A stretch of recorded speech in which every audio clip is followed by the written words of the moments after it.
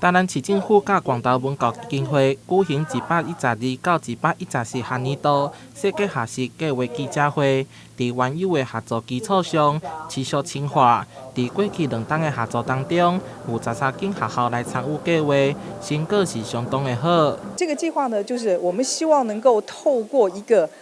议题，让老师呢去设计，从生活当中去找到一个问题啊。来跟这个议题结合，然后设计一个任务，透过1学年的这个时间呢，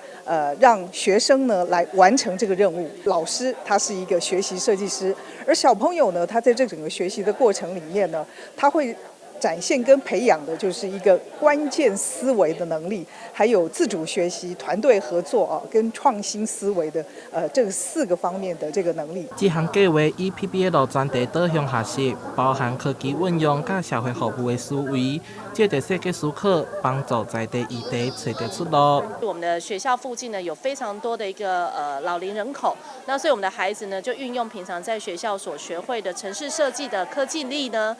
去做一个市场调查、田野调查。这个是我们的聊天机器人，我们利用 Teachable Machine 提取关键字，设计出了3种语言，分别是中文、台语、台湾国语。我们看到了同学们的展现的成果，不仅是8个 PBL 的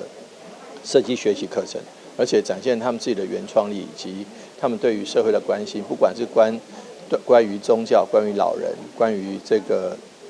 陪伴，甚至关于科技。广大文教基金会长期投入艺文教育推广，这几档更加伫设计思考甲创新教学元素。台南市教育局会持续甲基金会合作，强化老师甲学生的实力，